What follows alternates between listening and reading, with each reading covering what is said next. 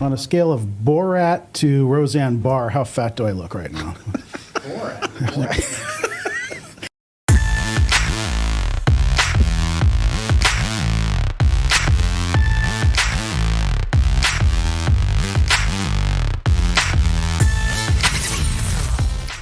So this is officially the second episode now of Yucaipa 360, our new podcast. So we did the dry run with you, and then we worked out some kinks, and we recorded a first episode with Trevor Benson on public safety, a timely issue with our homeless strategic plan coming up on its first year and all the success we've had there. So if you haven't had a chance to watch that episode, it's really good. This is going to be a great way to connect with the community. I think all too often government is this kind of faceless machine, and more people have a lack of trust in local government. And I think this long format podcast, which has become so popular, the most popular podcast in the world right now is the Joe Rogan Experience, right? And some of those episodes are 2 hours, 3 hours long. So we're going to be here a while. All right. No, we're not going to go that long, but as long as I have enough water. Yeah. But I think one of the reasons why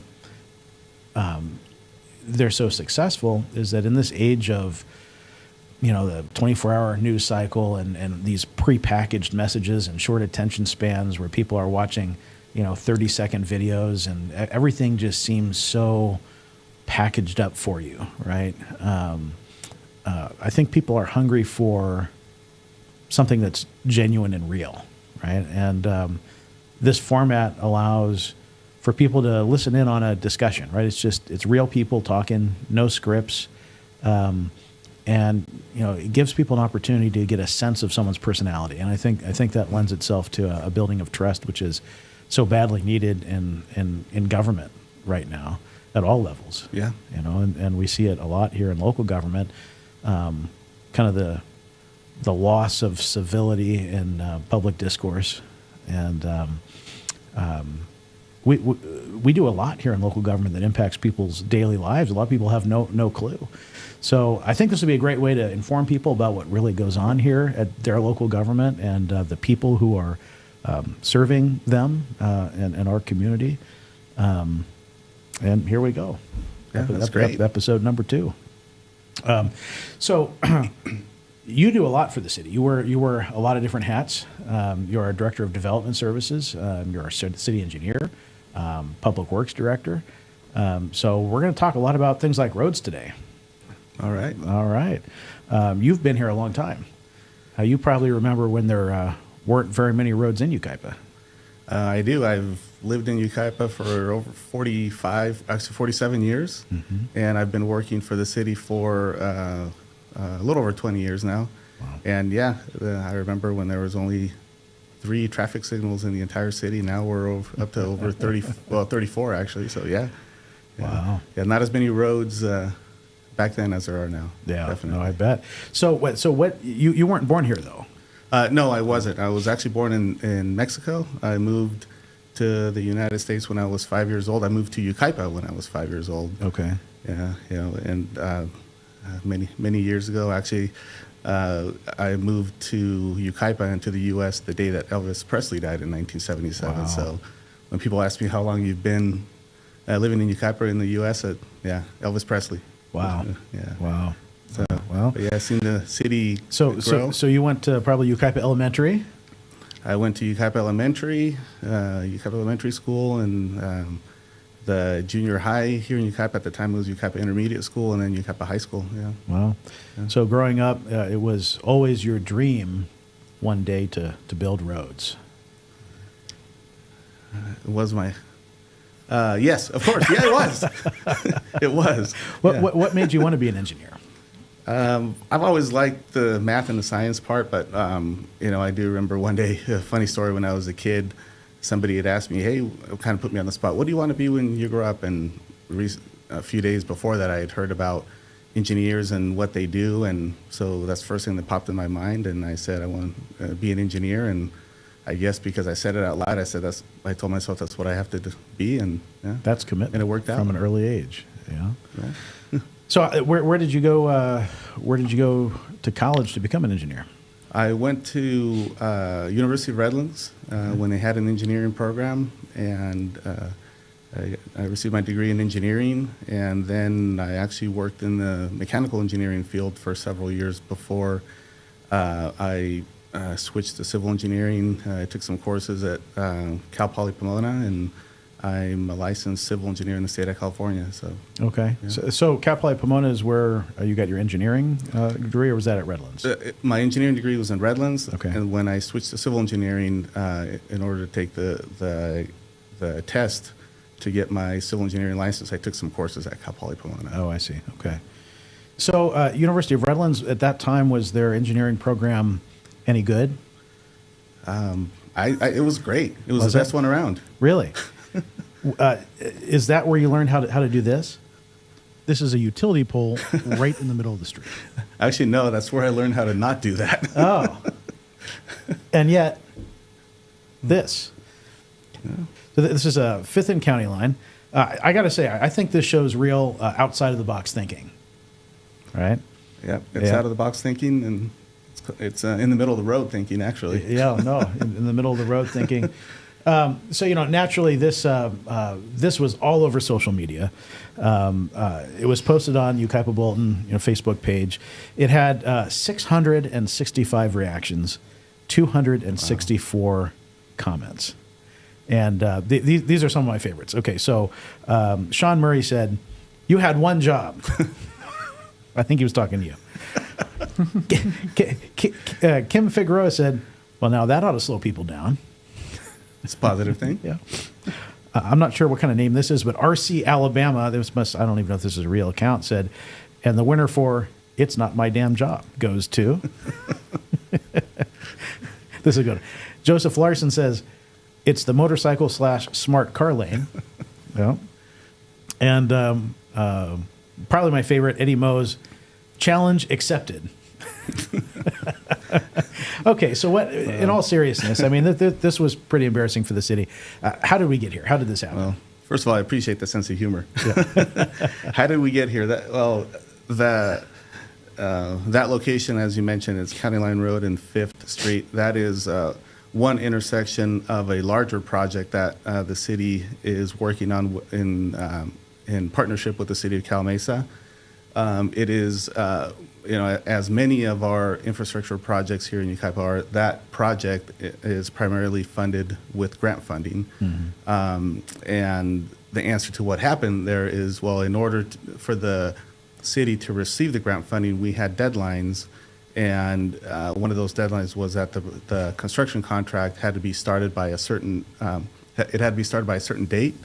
And we worked with there was a collaboration with many other agencies between City of Cal Mesa, City of Yucaipa, the utility agencies, and in that collaboration, we tried to work through a lot of hoops. And Edison had a relocation plan to relocate those poles, put a lot of that infrastructure underground. Unfortunately, their timing didn't line up with the grant funding deadline, so we had to move forward. The City of Cal Mesa and the City of Yucaipa had to move forward and complete the construction work, or at least start the construction work way ahead of Edison, and otherwise we would lose the grant funding. So it was a large project, and when you're trying to collaborate with a lot of agencies, a lot of utility agencies, Edison, Frontier, Spectrum, and try to meet deadlines, that unfortunately that's one of the results. No, I got to say that County Line Road project has been so incredibly frustrating. Because there are so many different entities involved, and it's a partnership between two cities too. It's not just the city of Yucaipa; it's the city of Cal Mesa. And, we're waiting on Edison and various contractors and trying to get everything was coordinated and lined up, but sometimes things just don't go to plan, right? Right, yeah. And So what is the current status? Is this cleaned up? Now I assume that pole is not there today, so it must have been worked out. Yeah, so that pole is not there today. That new roundabout at County Line and 5th has opened up for traffic, and it hasn't. The project isn't completely done, and by that, if you're driving along County Line Road, you'll notice that we haven't completed the paving of the road. The reason for that is because there's another utility agency, the water company, South Mesa Water, who is going to be installing a brand new water line on County Line Road, essentially from the freeway east to Douglas, which is over 2 miles, actually approximately 2 miles.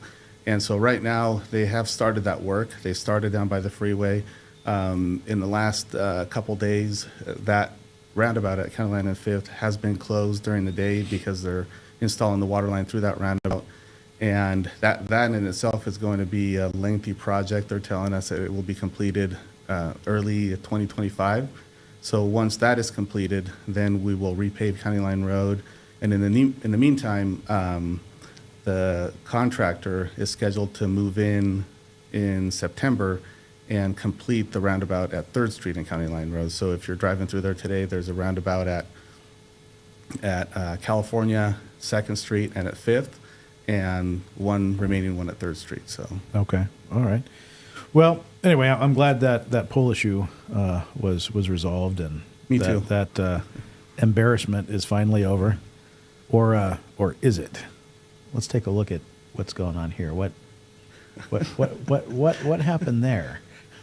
That is a very large speed bump. it's the world's largest speed bump ahead. Yeah, yeah. Yeah. Now, did you learn this at Redlands or Cal Poly? I learned this at Yucaipa Elementary School. Oh, Actually. okay. All right. Well, that makes sense then. What happened here? We have received a lot of questions about this, and also the City Cal Mesa has also received a lot of questions about this. This is at Bryant Street and County Line Road. A lot of the work that was done at this intersection, at this roundabout, you can't see because it's all underground. The whole storm drain system to get the stormwater from one side of the intersection to the other is all underground. Well, while that storm drain was being completed, the water, we got some storm events, so the water was coming down County Line Road and then turning left or south on Bryant Street. And we hadn't completed some of the curb and gutter along Bryant Street, so there is a potential that some of that water may go into private properties. So one of the ideas that we had is, since it's a temporary traffic control plan, the contractor installed a speed hump to keep the water on County Line Road to prevent it from turning south and potentially flooding those properties. So it's a temporary measure for drainage, and it also serves as a traffic calming device because the project isn't completed. But once the project is completed and we repave the road, that world's largest speed hump will no longer be there. It may be a traffic calming device, but it's certainly not a social media calming device. This has also been a popular one on social media. But there really are reasons why these things happen. And when this project is complete, it's going to be very nice. But it is a massive project down County Line Road with a lot of moving parts. So. I know you and your team are working hard on it, and I think eventually the residents will appreciate it. But I know it has been an inconvenience for a lot of people. So we're looking forward to that being done. I'm wondering though, if the problem with this project is really that you're spending way too much time on the golf course. Yeah, apparently it is. See, Well, there you are on the golf course. Yeah, with Ryan Miller, our economic development analyst. He's a bad influence, I think. He probably yes, pulled he you out is. there on the golf course. Yeah, but if you ever see me play on the golf course, you would know that, no, I don't spend enough time on the golf course. I should be spending more if I want to get better. You must be one of those part-time employees I've been reading about on social media. Oh, yes. Yeah. If by part-time, I mean, what 50, 60 hours a week, right? Yeah, that's part-time. You wear a lot of hats here. Director of Development Services, City Engineer, Public Works Director, and you are involved in a lot of the projects that are going on in town. And one of those over the years has been Roundabouts. And Roundabouts, I think, creative solution to a problem, but have certainly been controversial. A lot of social media chatter about Roundabouts, especially in light of the city's financial challenges right now. We're working our way out of a structural deficit. But this is a good post on social media from Martin. says, I received a mailer regarding the financial issues for the city and sort of asking for thoughts. My main one is to take all the money that may be set aside for roundabouts and use it in other areas that are more important and stop putting roundabouts in. What a novel idea. Don't waste money on useless roundabouts. Did the city waste money on roundabouts? Well, I don't believe, no. I don't believe the city wasted or used, what was the term again? Wasted money. Useless money Yes. on roundabouts. No. No, that's one of the questions that I do receive a lot. There's so many roundabouts are generally new thing, right? There's all these studies that have been done that say that they move traffic more efficiently, they reduce the number of major traffic collisions and stuff. So that's why our city council decided to go down that road. But one of the things that's important is that since the roundabouts do make it more efficient for traffic to circulate, the roundabout projects are a capacity enhancing project, which means that you're enhancing the capacity of the roadway. And the funding that the city has used over the years for the roundabouts is funding that we receive through Measure I funding, which is the half-cent sales tax that was approved by the voters in San Bernardino County back in 2004, I believe. 80, in the 80s. In the 80s. Initially. Initially, yes. Oh. Yeah, so the city receives a certain amount of funding each year of that Measure I funding for capacity enhancement projects. So the money that is used for roundabouts is that Measure I funding that can only be used for capacity enhancing projects. We can't use it for anything else. And the other funding source is our development impact fee revenue, which is also intended to be used for enhancing the capacity of our arterial streets. So no, the money that was spent to construct the roundabouts was money that was intended to increase traffic efficiency and traffic circulation. Yeah. But so you're talking about the Measure I money. So Measure I is a half-cent sales tax charged countywide, and we get a portion of that back. And there's two pots that come with that, right? There's the arterial and then the local road section, right? Yes. And so the roundabouts it was the arterial, correct? And that comes with a match. So it's I believe a 20% match that we have to. So 80% comes from San Bernardino County Transportation Authority Measure I funds, right? Right. And then we have to come up with a 20% match, which typically we use development impact fee monies there. Right. And there's two different pots of money. The Measure I arterial money is that 80%. The other 20%, it has to be revenue from development, which is that development impact fee. Correct. Okay. So, I think one of the things a lot of people don't realize about roundabouts, and I'm going to say some positive things about roundabouts, and then I'm going to explain that we've shelved all future roundabouts. So, Yucaipa has, growing population. We've grown to a city of 55,000 people, and, there's more demand on our roads. Certain segments of certain roads experiencing congestion. We're getting failing grades in terms of traffic flow, right? And so, how do we improve that? Well, the traditional way is to widen the road, right? And so when you look at areas of town like Uptown, where we have businesses on both sides and parking for those businesses on both sides, if we went the traditional route, then we would have to first acquire that extra property to widen the road, which in many cases requires eminent domain, right? We're taking property away from private property owners, often by force, to widen that road, and at great expense to the city as well, because we have to pay market value when you take property, and then there's the legal process that's expensive as well. So the city at the time said, well, these roundabouts are a different way to go. Roundabouts improve traffic flow to the point that the traffic flows at an acceptable rate, and now we don't have to eminent domain private property and take away from businesses and residents to at least as much to get the improvements to traffic flow and to alleviate traffic congestion, right?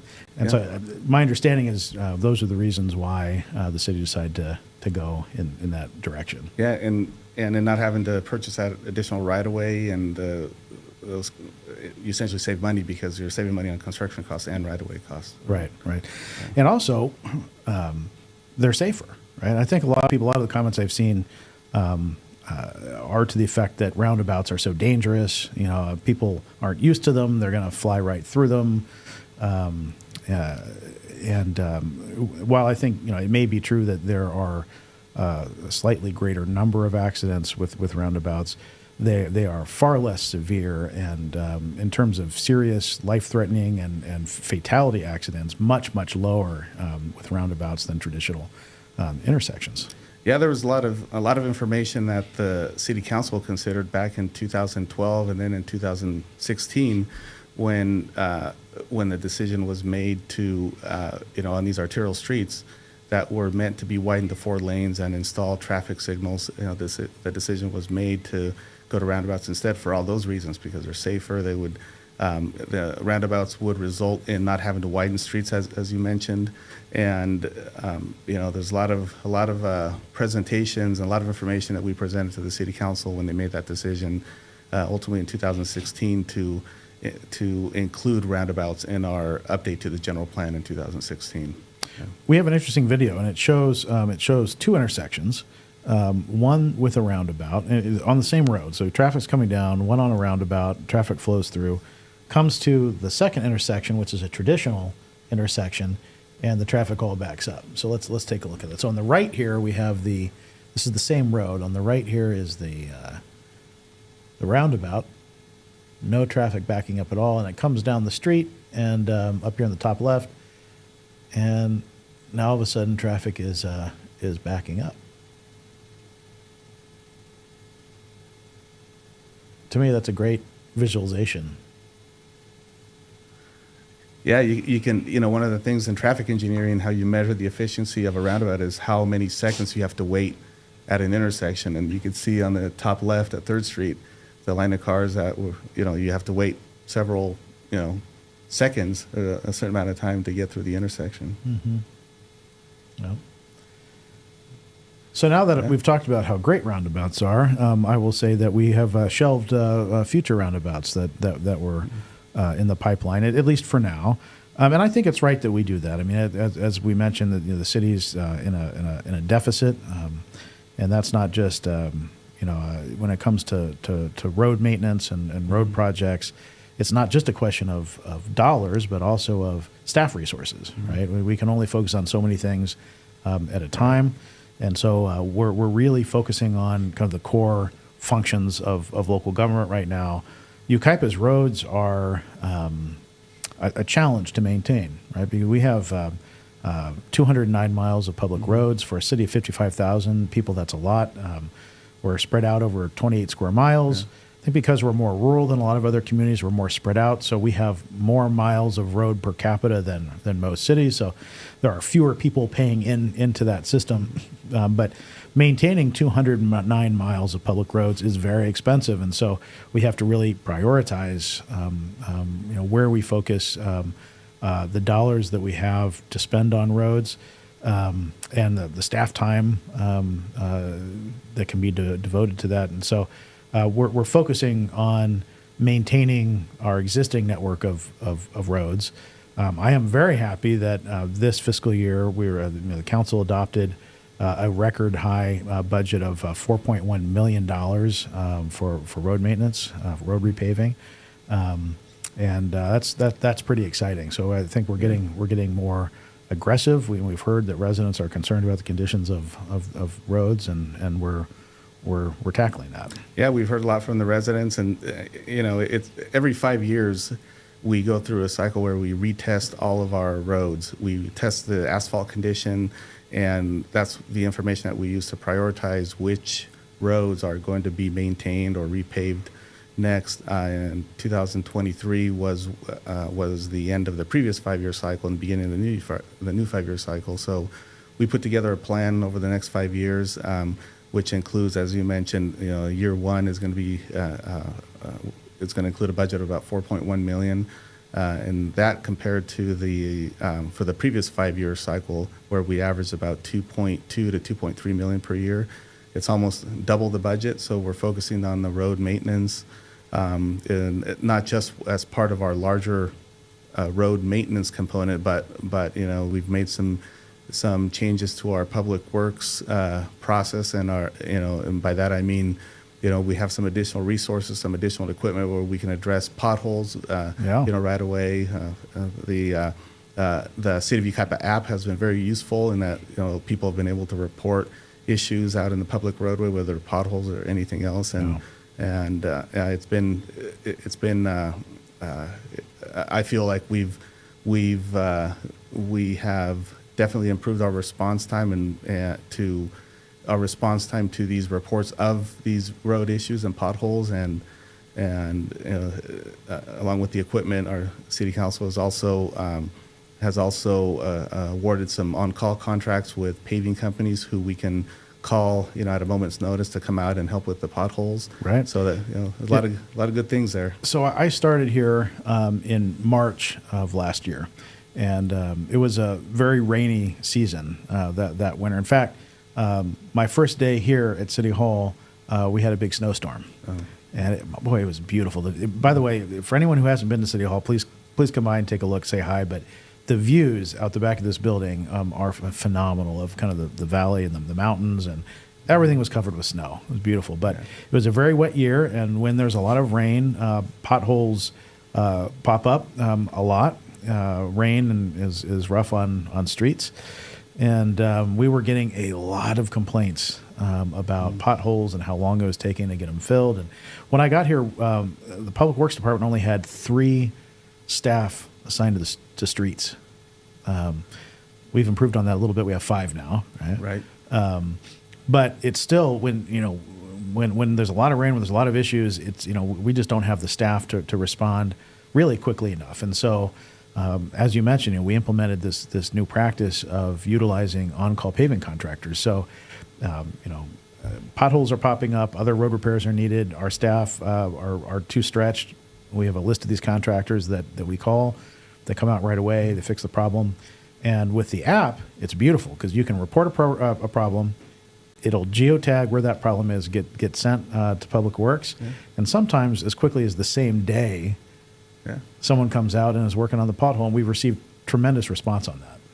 Yeah, with that app, you can also take a photo, so we can see exactly where it is, and usually, it's useful for staff internally too, because we can use it for tracking purposes too. Right, so, right. Yeah. So we have this pavement management program, and you mentioned we do this kind of survey every 5 years, and it tests the condition of all of our streets.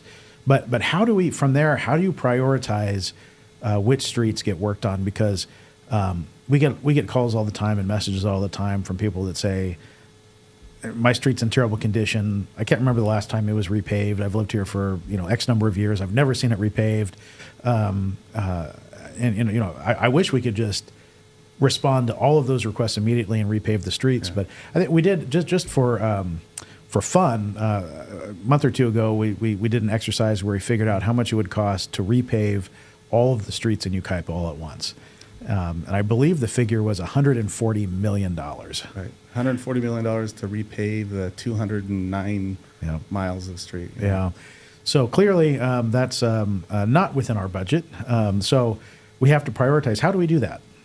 Well, as I mentioned, every 5 years we do test the streets. We don't do it. We hire a company that does this nationwide. They have specialized equipment. They drive all 209 miles of street, and they test it. They test the streets. They test several different factors of the street, and they take all that information and they rank the condition of the street on a number from 0 to 100, the pavement condition index, or PCI. And based on that, obviously 100 is a brand new paved street. 0 is a street that probably doesn't even exist.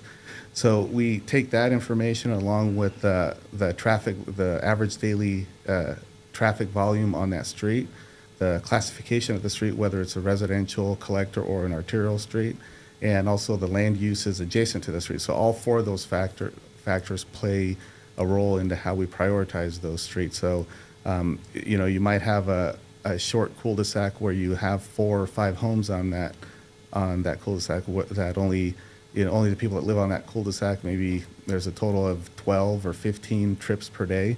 That compared to another road where it's a collector street that serves several neighborhoods, you're going to have higher traffic. So all of those things play a factor. We prioritize the list, and we present it to the city council as part of our draft pavement management program for the next year. And with input from the public and city council, and there's some adjustments that are made, but essentially what that final list is, that's what we use. So when you say adjustments can be made based on input from the public, what would an example be? So, for example, if someone were to take you golfing, would their street be prioritized? Absolutely not. No. Okay. All right. Just saying, if Ryan Miller's street gets paved, I'm going to know why that happened. No, some of the input that we receive is related to somebody may have some planned utility work where if they're going to be trenching in the street or doing some other work, and then we put that street off a few years and we bring in another street in. But yeah, there's and this year, as part of putting together that plan, we had a couple community meetings where we involved the public. We had a public outreach, and there were some people that reached out to us and said, hey, I've lived here for since the early 70s, and this street has never been maintained. It's before the city was even a city. Yeah, before the city was even a city. So we went back and looked at it specifically, and found out that there were some, the equipment that we use to measure, it can only detect certain things. But obviously what deteriorates the asphalt is what's going on the edges most of the time. And if you have the vehicle that's 8 feet wide that's driving the lane, then maybe they're only measuring that. But what's causing the issues is something outside of that. So those are the kind of factors that we look at. Interesting. So now that the pavement management program has been adopted, I think we're going to start to see some major road work in a few stretches here pretty soon, in September, really. So give us an idea of what people can expect to see here in the short term. Yeah, so our city council has already awarded 2 contracts. One is our pavement rehabilitation program, which is a program which will completely repave streets. The other one is microsurface, where you take a street that's in pretty good condition and we just need to seal it, make the surface more level, seal it to keep the water out, because that's what deteriorates asphalt. Both of those contracts have been awarded, so you'll be, we're working through all the details with the contractor right now. So in the month of September and October, we'll be seeing a lot of repaving of streets. Some of the major streets that will be repaved is 5th Street between Wildwood Canyon and Avenue H, a portion of Yucaipa Boulevard. Again, these are some of the arterial streets, but also with that is a lot of our residential and collector streets throughout the city. Now, 5th Street, that's going to be a full closure of 5th Street, right? Yes. Okay. About what time frame are we expecting that to happen? That is going to be middle of September sometime. Okay. Yeah, and it's a full closure because of the nature of the roadway. It's not a straight road, and it's best to just close it so you don't. Sometimes you can pave half of the road at a time, but here, because of the curves, it's just better to close it. So, yeah, it's amazing to me. Traffic engineering really is a science, and I think a lot of times people believe that we can just run out and fix a road or throw up a stop sign. And very often stop signs are one we get a lot. Stop signs and speed bumps, right? Right. People are speeding down our street. Can you guys put up a speed bump or put a stop sign here? We often get requests from members of the city council who've heard from their constituents, and we think this is a dangerous area on our street. Can you please install a stop sign? And I wish it were that easy, but we really have to study those things. There are these people who go to school and study traffic engineering, and there's a science to it. Stop signs are a great example. If you install a stop sign somewhere where one really isn't warranted, very often drivers will start to just ignore that stop sign. I think we've probably all experienced stop signs like that, where you stop and you look around. There's no one there. The next time there's no one ever there. And you think, why am I stopping here? This is silly. So pretty soon cars just decline to stop, and they just blow right through it. But in the meantime, a pedestrian comes along and they see that stop sign. They have a false sense of security because there's a stop sign and maybe a crosswalk there, and pedestrian crosses, cars are ignoring the stop sign. It's a very dangerous situation. So those are the kinds of things that traffic engineers analyze and decide whether whether the requested measure, like a stop sign or a speed bump, is warranted, and whether it's safe. Yeah, a lot of those the traffic control devices actually, we can't, like as you mentioned, we can't just install a stop sign or even a traffic signal or a speed hump or a crosswalk. We have to go. There's a process that the state of California has in place to go through that. It's all about liability, right? Like, as you mentioned, if we install something that's not warranted and something happens, then the city could be liable because it wasn't warranted. We didn't go through the proper warrants and studies to do that. So we do get a lot of requests for stop signs and speed humps, but all of those crosswalks, speed humps, traffic signals, they are. We have to go through that process just to make sure that they're warranted. Well, and if we don't, then it's a tremendous liability for the city. Yeah. So Yucaipa is really it's actually kind of a family affair for you, isn't it? You have your daughter Mia also works in local government here in Yucaipa for the Yucaipa Valley Water District.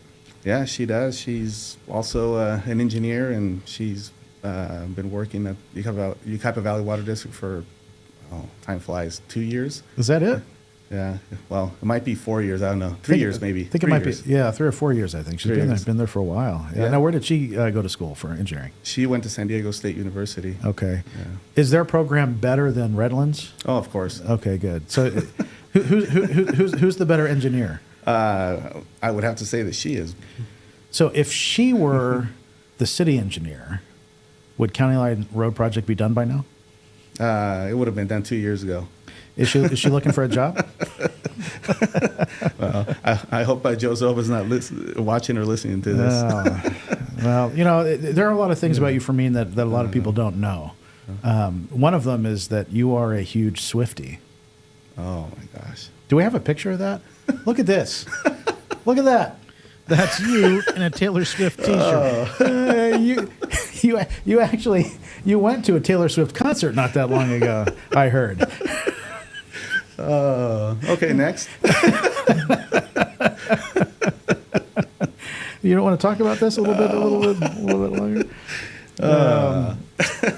Yeah. So I mean, you and your family have been in Yucaipa for a long time. I live in Chapman Heights. I think you probably played there as a child, and what used to be, was it Orange Groves there? And yeah, growing up, I lived on Oakland Road, and I remember jumping on my bike, and Where was the house that you grew up? It was right across the street from the community park. Okay. Chapman Heights homes are built there, but right across the street from Chapman, Okay. from the regional park and the community park. Okay. Yeah. I grew up there, and that was back. Actually, that was. I remember people that lived here in Yucaipa a long time remember the dips in the road, the low water crossings. Well, there were two on Oakland Road where, if you could talk your parents into going fast enough, it was a pretty fun ride through those dips in the road. And I lived between the two dips on the road in Oakland Road. So I remember when it was raining, it was difficult to get to school because you couldn't cross the street, and and it's pretty neat to be part of the city now and being part of the engineering group that built the bridges over those dips. So I guess that the reason why those dips are no longer there, that is my fault.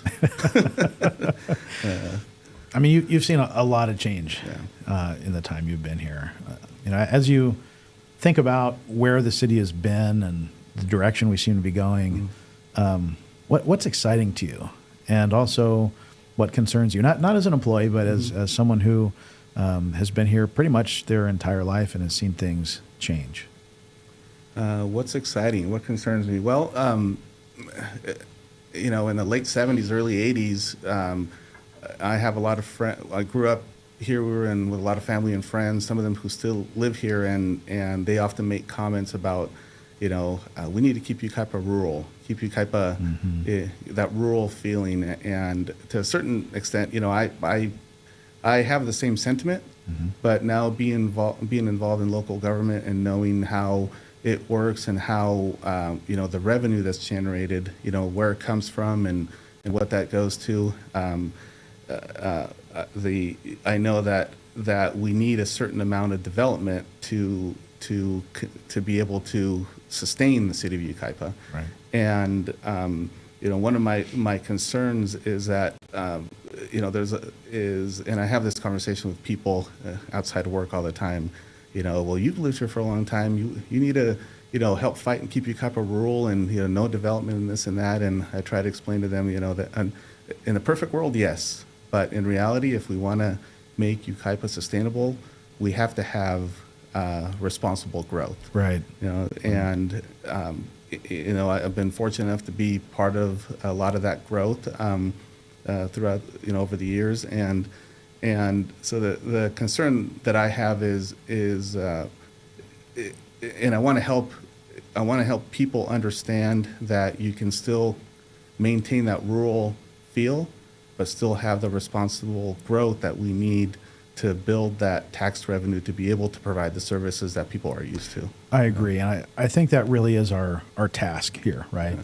I mean, look, I moved here in 2015 after looking around at all the other cities in the region and decided on Yucaipa for a number of reasons. But the more rural nature was one of the big reasons, that and the people that live here, and just being such a patriotic community and a community that embraces public safety and, just all the things that make Yucaipa a unique community. But our more rural feel was definitely something that attracted me. And I want to hold on to that as well. But I think, when people tell me, we need to remain a small town, I mean, that ship has sailed, right? I mean, we're a mid-sized city of 55,000 people now. Now we can hold on to a small town feel, right? Right. And when I go drive or walk through Uptown, I mean, it feels like small town USA, right? And I don't think we're ever going to lose the ruralness of the feel of the town. I mean, we'll always have the mountains, right? We'll always have these spectacular views in the winter, covered with snow. It's gorgeous. But given that we've grown to 55,000 people who all need services, our revenue sources have not kept up. Right. We've built a lot of rooftops. The commercial has lagged behind. Now we have some restaurants and some shops, and the Yucaipa Point project on Yucaipa Boulevard down by the freeway is definitely helping. But if you think about it, we don't have the big regional shopping centers, the big box stores, the auto malls that most cities rely on to bring in a lot of sales tax revenue, right? And so as we've grown and our cost of providing services to those areas have grown, road maintenance, police, fire, et cetera. And as the cost of public safety has grown exponentially over recent years, we just our revenues haven't kept up, and that's why we're facing such a big deficit that we have to work our way out of now. But I think this community is going to have to face a reality that you can't have it all ways, right? You can't say I don't want any development, and at the same time don't tax me, but I want all the services. Right? Something's got to give, right? Yeah. And I think long-term economic development has to be the solution, right? But as you mentioned, done in a way that we're not losing the unique look and feel that is the city of Yucaipa. Right. And to answer the second part of your question, one of the things that excites me is that we have several opportunities in front of us that can lead us towards that long-term economic development. And one of the things that excites me is to try to, I'm in my role and also with our Deputy Director of Community Development, our City Planner, Ben Matlock, our role is to collect all the information, collect all the facts, and based on what other cities have done and what's worked in other cities and what hasn't, present that information to the Planning Commission and the City Council and say, hey, based on everything that we've done, all the facts, this is what we feel is the best for the community moving forward from a land use and zoning perspective, and not only that, all of those. It's not only our recommendation, but it's also this has gone through the process. This has been vetted, and it's not like you can just drive by an empty field or a vacant piece of property, not knowing who owns it or anything, and say, well, I want the city to build this there. Right. Well, it's not that easy because, first of all, the city doesn't own the property. It's up to the property owner whether they want to do something or not, and then there's a process they have to go through. Yeah. So That's another thing we get a lot in local government, not just here but everywhere, is why don't they build the following use on that property? But there is a thing called private property rights in this country, and even in California, believe it or not. The city doesn't have a right to dictate what goes where. We do have zoning in place. We have allowable land uses, but within those parameters that are established in our general plan and our zoning, if a property owner wants to bring a project that's consistent, we really can't say no. We can make sure that certain impacts are mitigated. We can look at architectural guidelines, but a lot of people think, well, why don't you bring in Whole Foods or something, right? Yeah. Well, that's not a decision the city gets to make. Yeah, I'll give you an example. Today at lunch, I went and I bought a sandwich at a local place here. I was walking back to my truck, and somebody that I know, said, "Hey, Fermin, how's it going?" So I was talking to them, and they said, "Hey, can I ask you a question?" Sure. Why did the city decide to develop a Raising Cane's in front of the high school? My answer was, well, first of all, the city doesn't own the property. The property owner that owns the property has a right to do whatever they want as long as it meets the development code and the criteria of the city, and they process it through. Mm-hmm. We made sure that we tried to mitigate the impacts that it could cause, and we helped them through the design process to mitigate, the fact that there was a high school across the street and everything, and it met all the criteria. And so the property owner's doing what they can do, but it wasn't the city bringing it. It was the city processing it at the request of the property owner. We just have to make sure that it's done in a responsible way. Right. So, we do have some input and control over, or the city council does anyway, on setting what that general plan is and what the zoning is and the allowable uses. And, general plans are typically updated, every so many years. We're probably coming up on a point where it's time for us to start looking at that again. But, as a community, we have to really give a lot of thought to, what we want our community to look like. And not just in terms of, physically, land use, but in terms of service levels, right? And we have grown accustomed to a very high level of service here in Yucaipa in terms of our police service, our fire service, community services, the parks and the programming for youth and seniors here. The festivals that this city puts on are unlike anything I've seen in any other city, both in terms of the quality and the number that are put on every year. But all of those things help to build a sense of community, right? Mm-hmm. But they're all very expensive. And, as we've grown and everything's gotten more expensive, we're very quickly coming to a point where we have to make a decision as a community. We're going to have to pay the freight if we want those services to remain at the levels they are today. And if not, that's okay too. But then people have to understand that,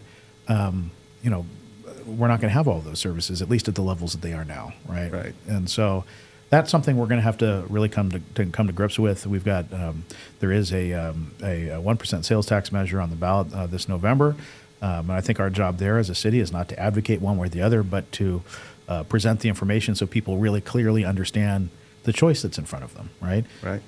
Do we want to be able to maintain our roads? Do we want to be able to have quick response times for police and police and fire? Do we want to have parks and senior programming and youth programming at the levels that we do now? And I have an opinion on that as a resident here of Yucaipa, but at the end of the day, it's going to be a community-wide decision. Right? Yeah. I think one of the neat things about Yucaipa is that an unusually high percentage of the employees that work here at City Hall live here in Yucaipa. Higher percentage, I think, than I've seen anywhere else. We probably ought to calculate that at some point. Yeah. I'd love to know exactly, but it seems like more of our employees, live here than don't. You know, and to me that's huge because it's not just a job for us. This is where we live. This is our lives. Our families are here.